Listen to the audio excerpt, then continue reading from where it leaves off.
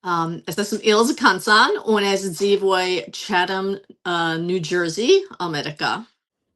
Galerts, es vispirms parādīšu, es atradu, es ilgi meklēju savu vecāku mājā. Šis bija mūsu ģimenes galerta trauks, kurā mana mamma gatavoja galertu Ziemassvētkos. Un reiz bija arī stikla vāks, jo es domāju, viņi to galertu sagatavoja dažas dienas iepriekš, pirms Ziemassvētkiem.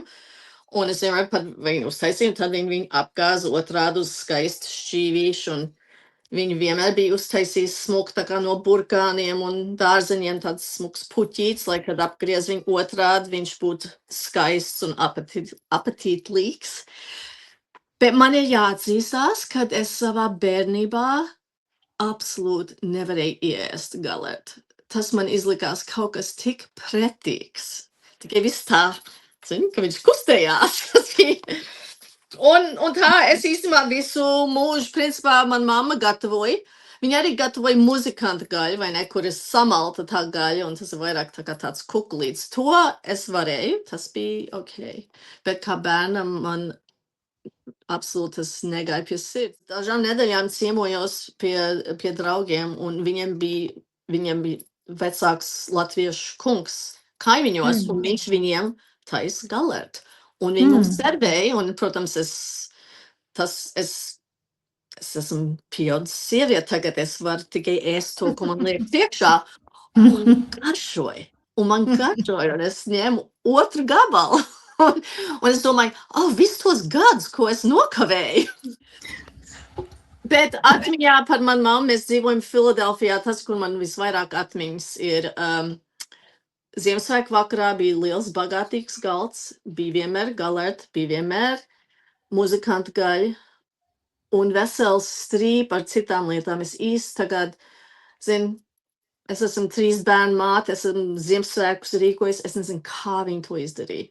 Tur bija cepetis un kartupeļu salāti un marinēts reņģes un sēnes marinēts un,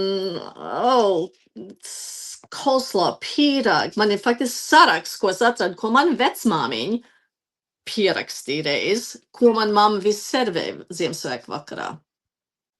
Aknu pastēt, pildīts olas, pašcept kūku un ievārījums. Ārkārtīgi garšīga paja ar zemenēm, un tas vēl nemazam, es nezinu, vai es izlasīju visu, kas tur bija, bet man galvenā atmiņa, man stāv prātā šis trauks. Viņa vārīja pats savu buļļonu no kauliem, un es zinu, ka man tā tagad pieklājīgi būtu teikt smarža, bet tajā laikā man izlikās kā smaka. Man ļoti nepatika tā, kad vārīja buļļonu no kauliem. Es pieņemu, es domāju, viņa darīja dažādi. Es domāju, noteikti bija cūksgaļa, bet es arī domāju, vēlākos gados viņa arī lietoja vistu. Viņa paņemāja, tas stāvēja leckapi šitā, un tad viņa uzlika šķīvi virsū un apgāz otrādi, un tad es pieņemu, viņa bija kaut kādā veidā sasildījis mazliet, lai tas galerts izslīdēt smuk no trauka ārā. Un tad, sagriez šķēlēs, un tad vienmēr arī bija skaists trauciņš, es nevarēju to atrast, kurai bija sineps klāt, un etiķis, protams, tas bija obligāti. Obligāti vajadzēja etiķi ar sinepiem servēt kopā ar un mārķiem.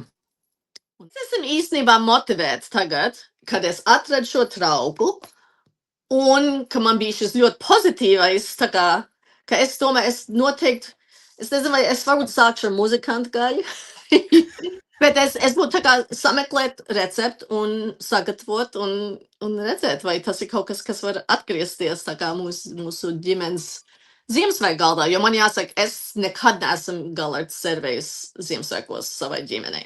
Bet varbūt man vajag atsākt to tradīciju.